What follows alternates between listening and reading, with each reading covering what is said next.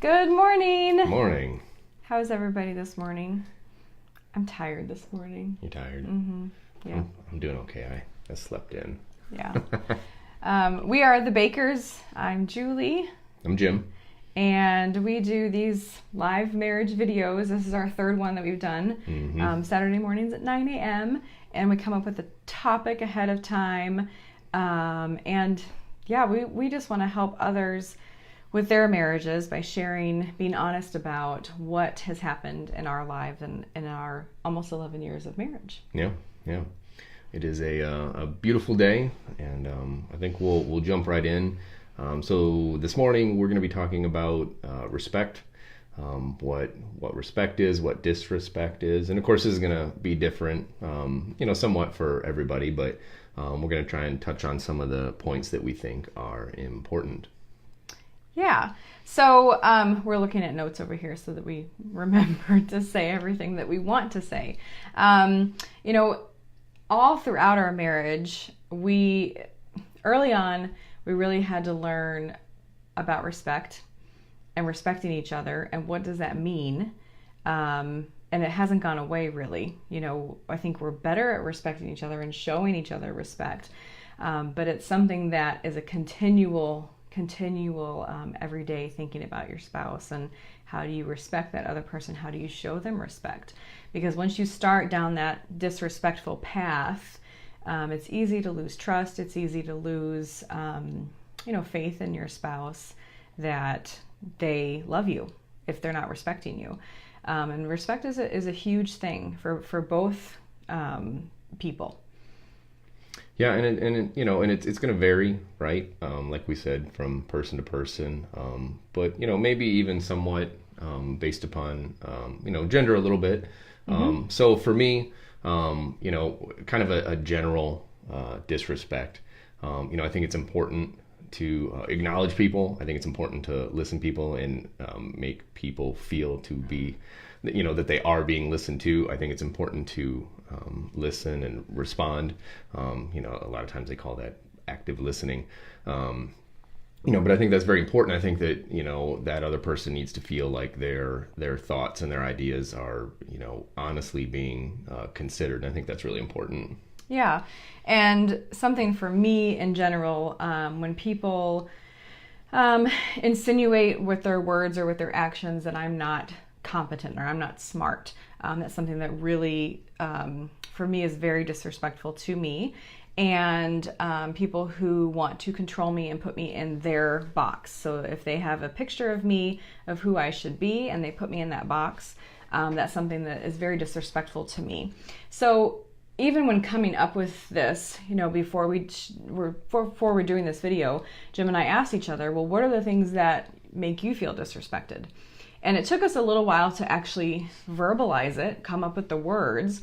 So we understand that if you ask your spouse, well, why do you feel disrespected? What makes you feel disrespected? They may not be able to tell you.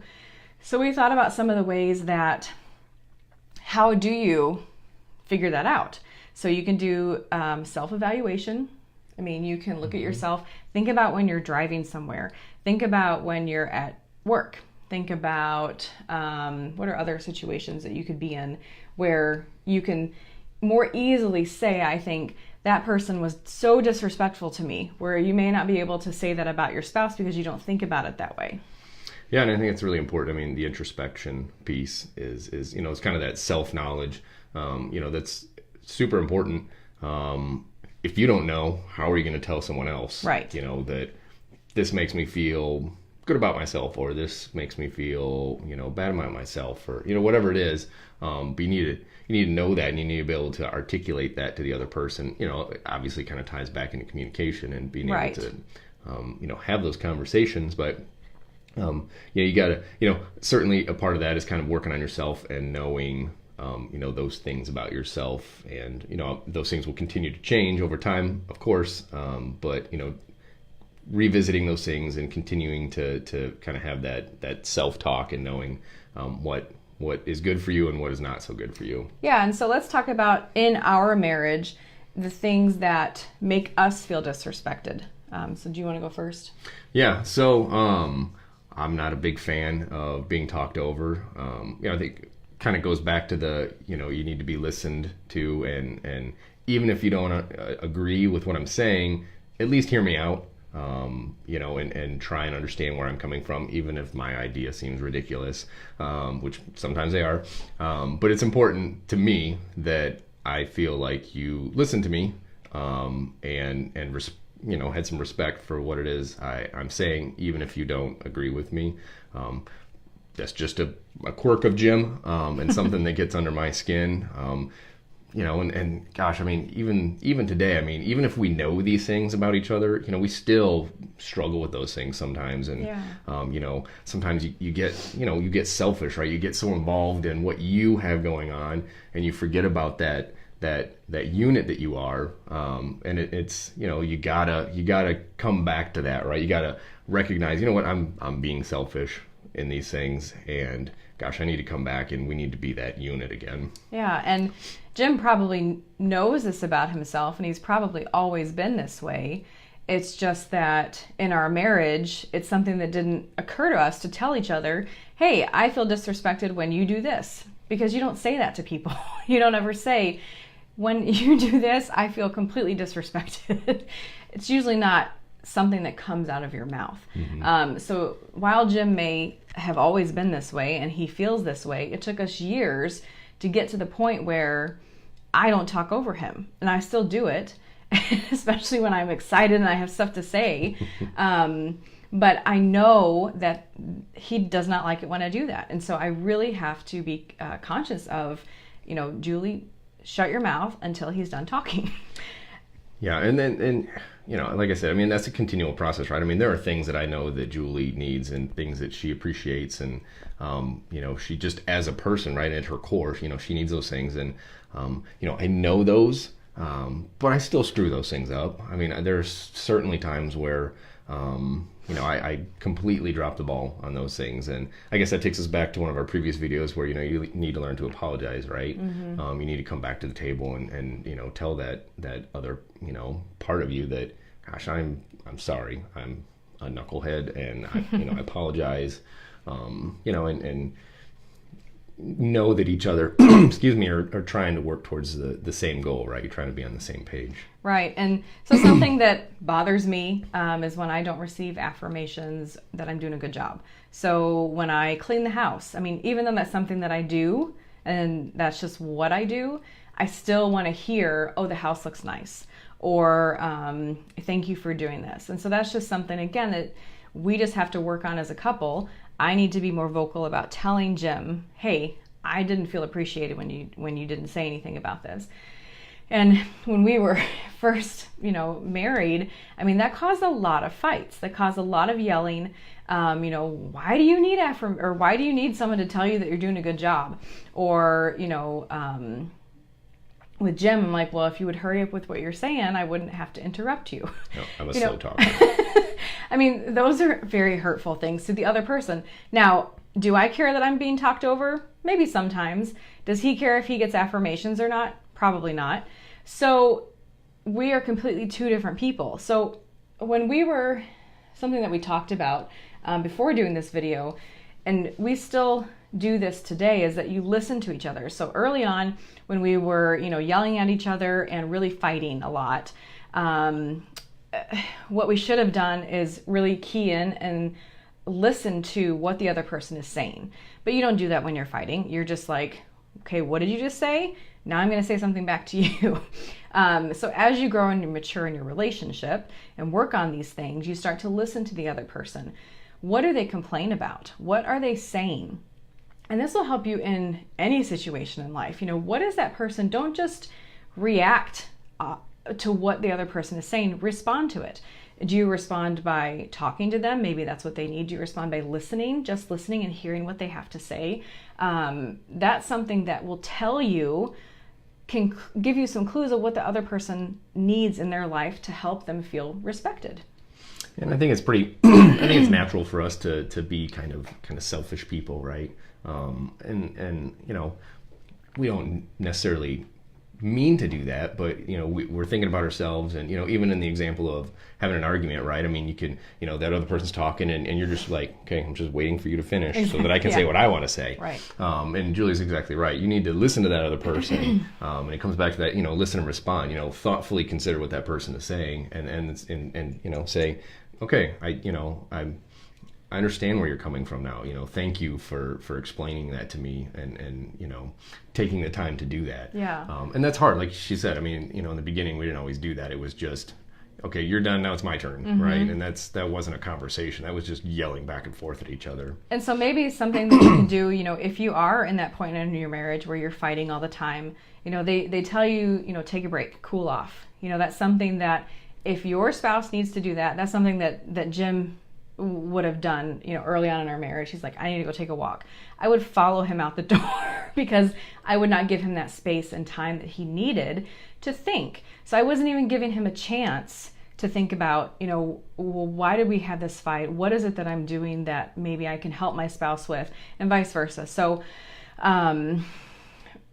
really listening to your spouse, self-evaluation, looking at yourself. What are the things that really bother you about, different instances that you're in, and things that really make you mad? Probably those things are going to make you mad in your marriage as well, and help you, or those things that make you feel disrespected. Yeah, and try not to be dismissive of those thoughts and opinions and feelings of that other person. Again, it's respecting what those things are, which is tough. In the heat of the moment, you may think that just seems silly to me, but that person is thinking those things for a reason, and it probably has something to do with the interaction that you two are having. So, you gotta stop. You gotta think about those things.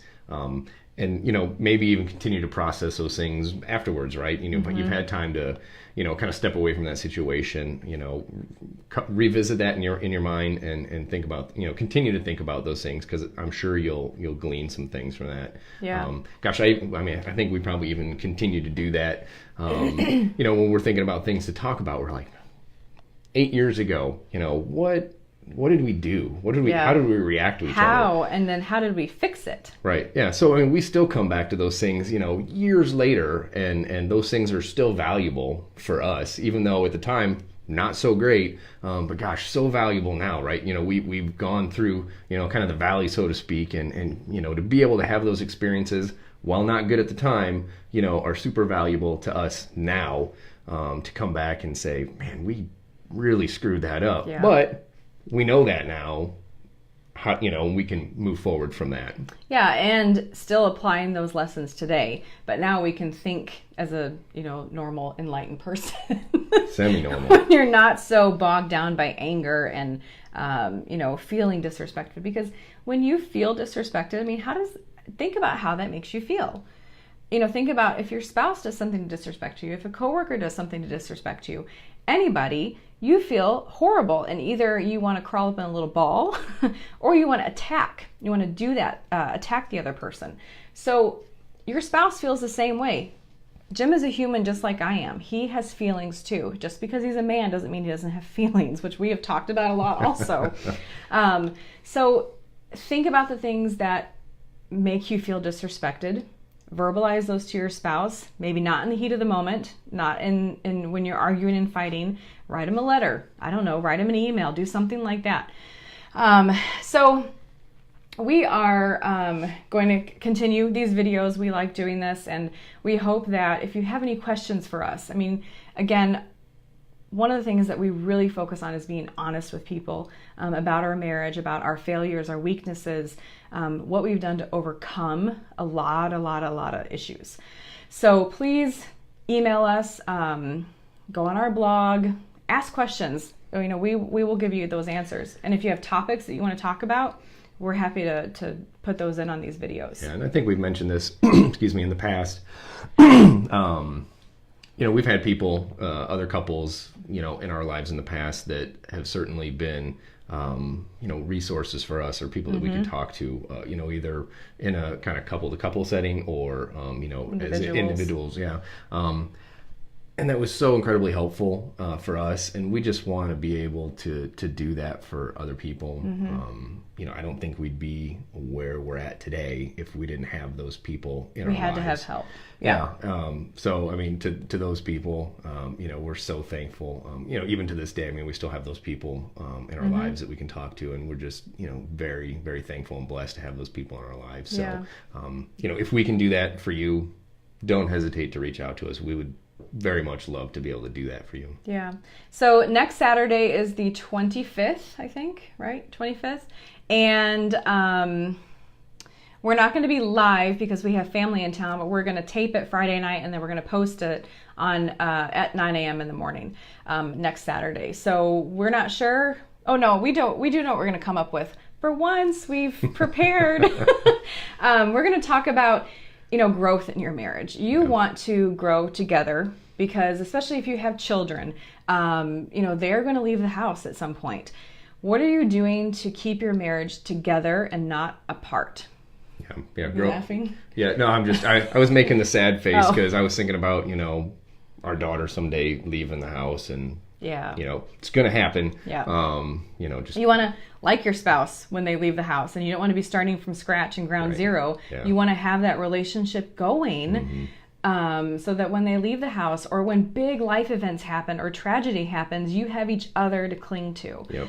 So that's what we're going to be starting to talk to. I think that will be maybe a multi-part one because that's a huge one. It is a big one. And then I think on our blog also I'm going to kind of recap everything that we've talked about so far in the first 3 videos. So thank you for joining us, everybody. And I hope you have a wonderful weekend. It's supposed to rain here kind of all weekend, but it's supposed to be a couple hours of sunshine. Yay, for soccer, which will be good. Yep. Yeah, thank you guys so much, and we appreciate you.